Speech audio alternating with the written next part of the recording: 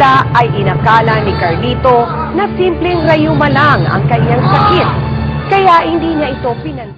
Dahil sa pangyayaring yon, ibinalik ni Beth sa bahay ni Nenita si Carlito. Dito na nagsimula ang malaking gulo sa pagitan ng maghipag na sina Nenita at Beth laban sa nakakatandang kapatid ni Carlito na si Luz. Uy, saan kayo galing? Tinapon po namin yung ihi ni Papa. Puno na po kasi. Bait talaga ng mga anak ko. Pasensya na kayo. Hindi dapat kayo gumagawa niyan. Pero wala tayong magagawa. Kailangan magtrabaho ng mama. Nenita. Nenita. Carlito, bakit? Nagugutom na ako. Gusto na kumain. Sandali, paghahain ko lang ikaw. Pwede bang bilisan mo? Gabi ka na nga umuuwi. Ganyan ka pa magsalita? Nasa kalsada ako. Hindi para makipag-chismisan o magsaya. Nagtatrabaho ako. Dahil kung hindi ako magtatrabaho, lahat tayo mamamatay ng dilatang mata. Nanunumbat ka ba? Ha? Ginugutom mo na nga ako, ganyan ka pa magsalita? Wala ka nang kwentang asawa. Wala ka bang kwentang ina? Sino nag-aalaga sa akin dito? Ha? Anak mo! Oh! Carlito, hindi ako nanunumbat. Nagsasabi lang ako ng totoo. Siguro nga, wala akong kwentang asawa. Pero, hindi ako makakapayag.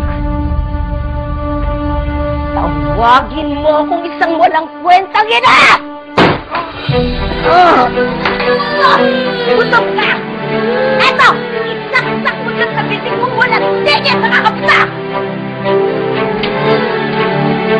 Mamatay ka na! Pakiusap lang, mamatay ka na!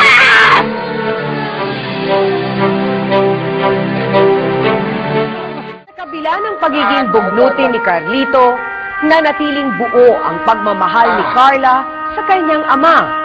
Kahit hirap at walang muwang, siya ang matyagang nag-aalaga rito. Mabuti na lahat ng dito ka. Nag-aalaga sa akin. Siyempre naman po. Papa kita eh. Anak, pasensya ka na ah.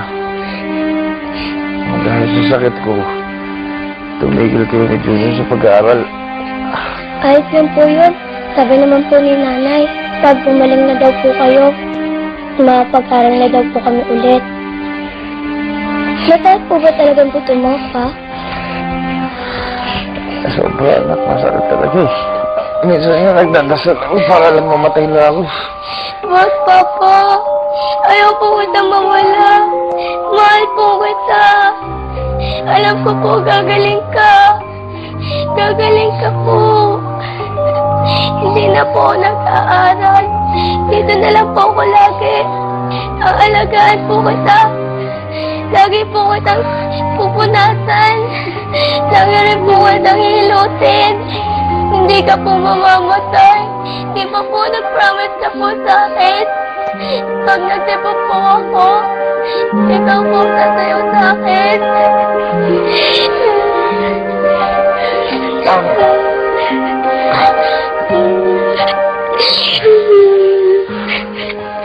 Alam niyo, napakasakit.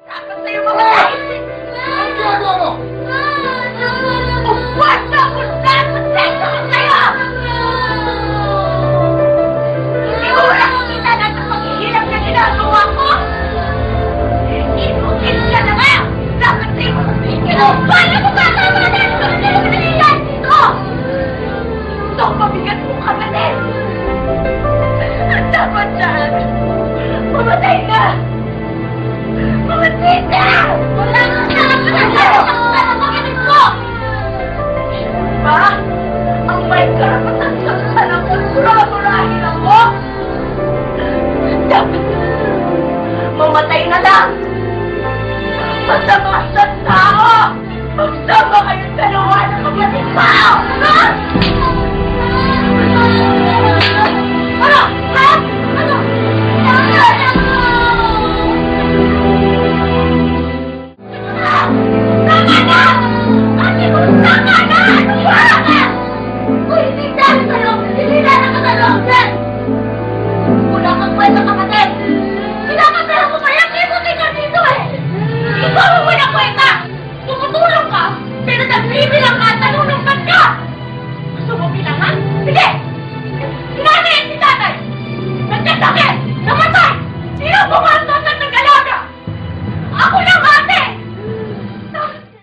Mga anak, tayo na, kain na tayo.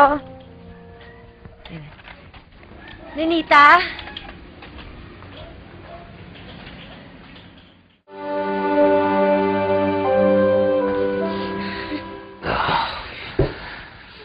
Nanita! Nanita, ano ba ginagawa mo? Halika na! Nanita! Ba't ikaw na naman nandito? Nasaan ang nanay mo? Ha? Ba't ikaw na lang lagi nag-aalaga sa akin din? Ha? Ikaw! Ano bang kailangan mo? Ba't ba? Hindi ka na lang mamatay!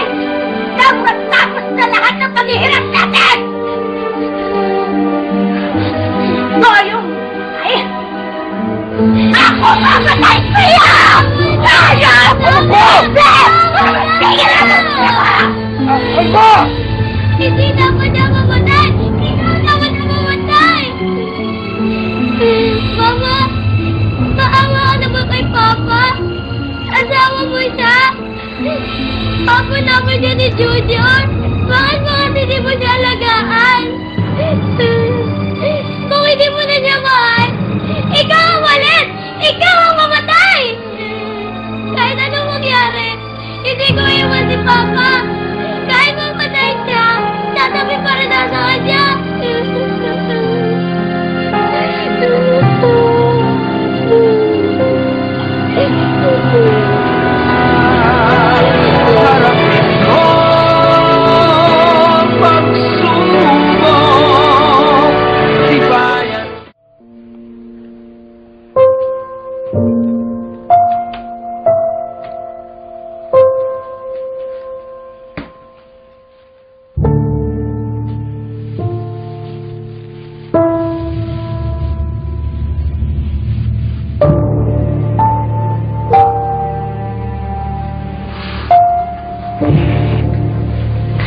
Na, ito lang naman, oh.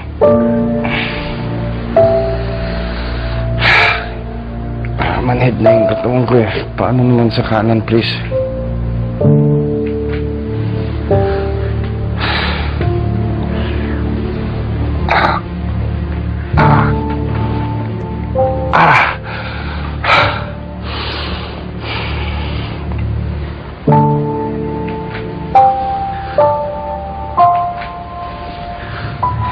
Nat. Salamat, ah.